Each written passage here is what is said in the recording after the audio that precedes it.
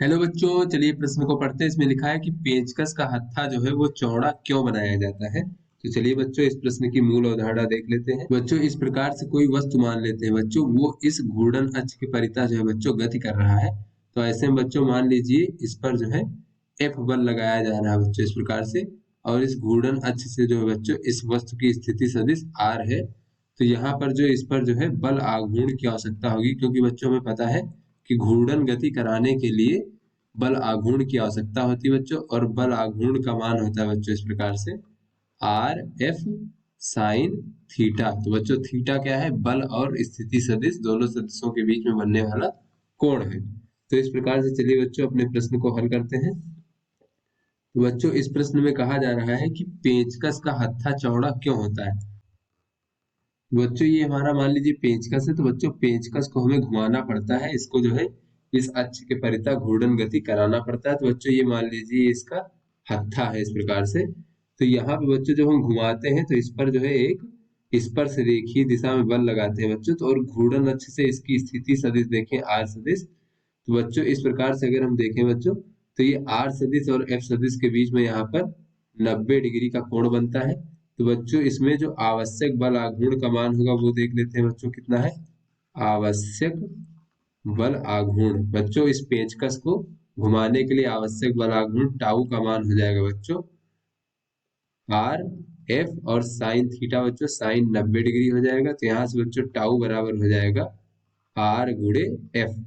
तो बच्चों आर क्या है? तो आर बच्चों एक प्रकार से इसका जो चौड़ा भाग है बच्चों उसकी त्रिज्या है। तो बच्चों अगर इसका जो चौड़ाई जो है अर्थात बच्चों इसका जो व्यास है उसको हम डी मान ले बच्चों, इस व्यास को, और व्यास को ही बच्चों चौड़ाई मान ले। तो यहाँ से बच्चों डी बराबर हो जाएगा हमारा 2r। तो बच्चों r बराबर हो जाएगा d भागे 2। तो बच्चों ये टाउ बराबर हो जाएगा हमारा डी एफ भागे 2। तो बच्चों d को जो है हम चौड़ाई मान सकते हैं बच्चों।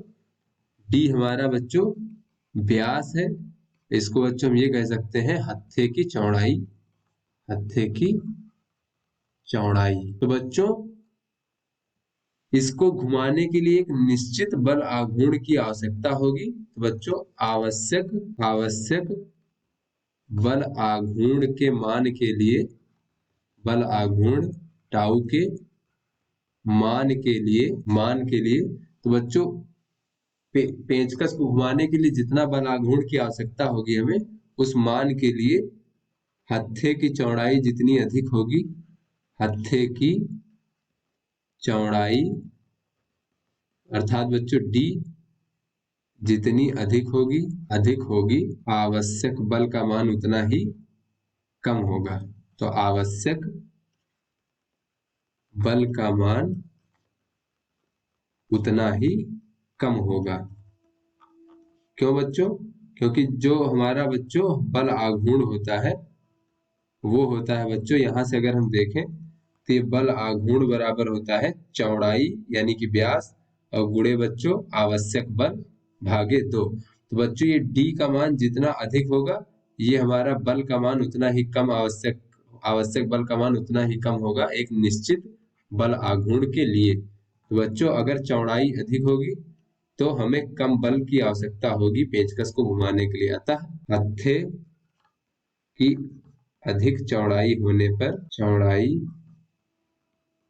होने पर पेंचकस को घुमाने के लिए कम बल की आवश्यकता होगी। तो बच्चों जो हम अपने हाथ से बल लगाएंगे उसका मान कम हमें बल लगाना पड़ेगा, तो कम बल की आवश्यकता होगी। इसीलिए पेंचकस के हत्थे को चौड़ा बनाया जाता है। तो बच्चों अगर हम पेंचकस के हत्थे को चौड़ा ना बनाए बच्चों, तो बल आघूर्ण के एक निश्चित मान के लिए बच्चों, अगर हमारा बच्चों पेंचकस का हत्था चौड़ा ना हो तो बल आघूर्ण के एक निश्चित मान के लिए हमें बहुत अधिक बल की आवश्यकता होगी, तो उसके घुमाने में बहुत कठिनाई होगी।